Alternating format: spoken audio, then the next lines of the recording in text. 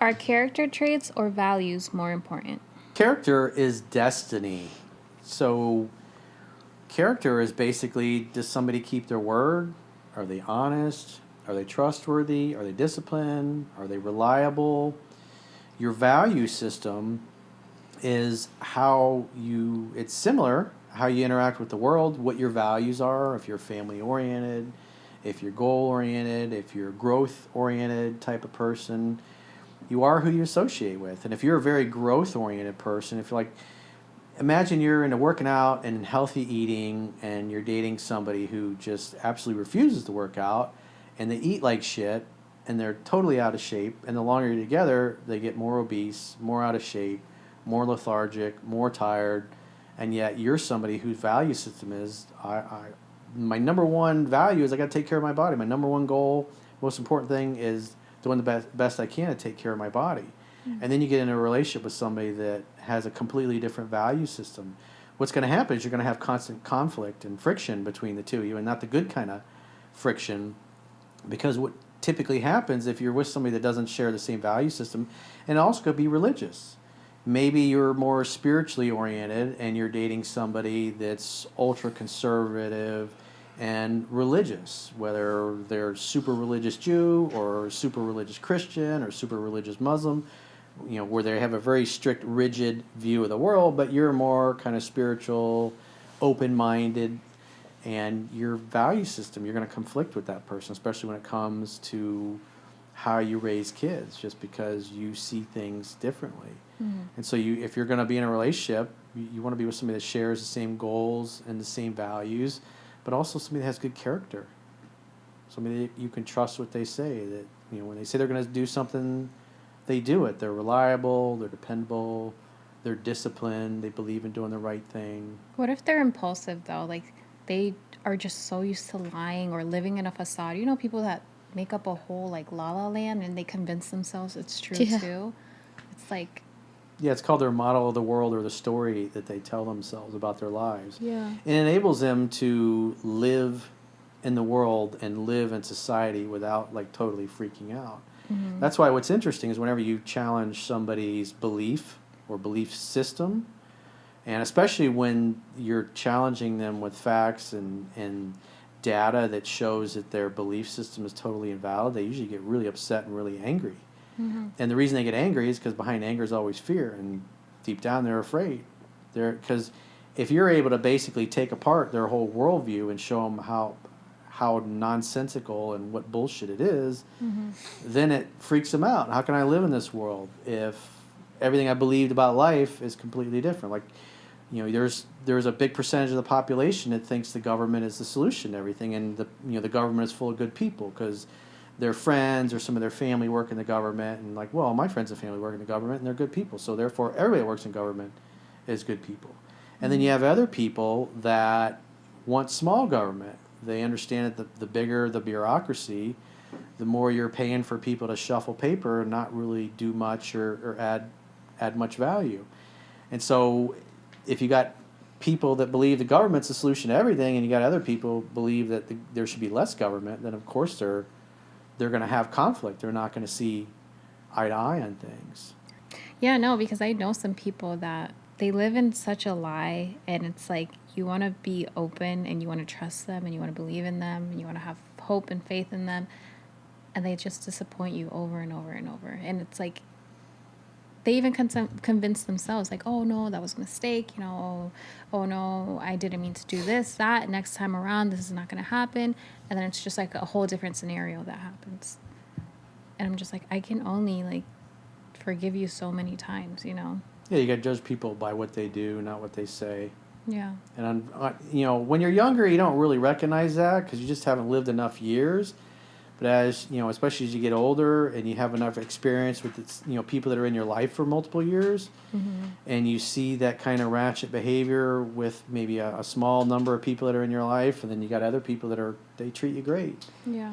When you're younger and you care more about other people's approval, and especially like high school or college, you really you want to be accepted, you want to be popular, you want to hang out with the cool kids, so to speak. But as you get into your late 20s or early 30s, you care less and less about that. Yeah. And as you go through life and you get burned by people, you start to recognize that character really is destiny. Mm-hmm. If somebody's doing ratchet shit and you call them out on it and then they keep doing it and then they promise it'll never happen again, but yet it happens again, well, you have to judge them by their actions. Yeah. As the old saying goes, fool me once, shame on you. Fool me twice, shame on me. Because in other words, if you screw me over once, then I trust you again a second time and then you screw me over. It's like, well, after the first time you screwed me over, I should have known not to trust you. Yeah. And so when you love somebody, though, and you care about them, you make excuses for them. Yeah. And so, like, what point do you decide they're just not going to treat me the way I want to be treated?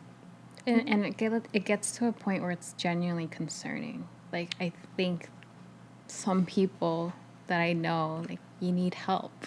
And I hate throwing therapy on people, but I love therapy. And I've said it I don't know how many times, but I'm like, genuinely, I feel like some of these people that I know have inner traumas that they have no idea about. And that's why they act the way they are.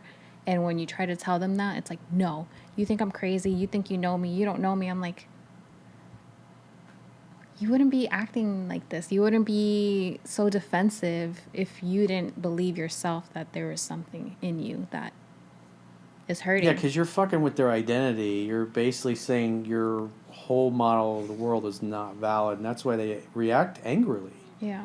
People are going to act consistently with how they view themselves to be, and it doesn't matter whether their view is accurate or not. And so if you come with a dose of reality to somebody that's not, in essence, ready to be woken up or to hear all the icky stuff about themselves that probably deep down they know is true, but they don't want to hear it, they're going to attack you. It's not going to go well. Yeah. And at the end of the day, it's not your job to fix them Yeah. or to save them. When you can love somebody, but if they're just totally screwed up and they don't want to listen to you, it's like, well, that's not your fault. That's their family's fault. The parents are the ones that screwed them up. And you can lead a horse to water, but you can't make it drink. Somebody that you could work with would take the constructive criticism and go, well, maybe there is some truth in what she's saying. Maybe I need to kind of reflect upon that and think about that and maybe take it in. Right. But when they're just like, screw you, and they just keep doing it over and over, it's like, hey, you attempted to resolve things, Yeah. and they're unwilling to resolve or even admit their behavior. You can't solve problems unless you can talk openly and honestly about it. Mm-hmm. And in those cases, they're not willing to talk openly and honestly about it. They are committed to deceiving themselves. Just like I see that a lot in the guys that write the emails in, is oftentimes, and I'll kind of roast them in the videos about this in the beginning, is they try to present in the beginning of the email like, oh, they did everything right. They followed what I taught, what's in the book. Mm-hmm. And then as I get further in the email and they tell me things they're doing and saying, and it's like, and I just point out, this is literally exactly the opposite of what the book says to do. Right. And yet in the first paragraph, you're trying to convince me that you did everything right and you don't know why things went sideways. And I just go boom, boom, boom. Yeah. Go through each point and point out what they did right, what they did wrong, what they need to do differently. And if they're open-minded, in other words, if they really sincerely want to fix things, Yeah. then they'll take it in.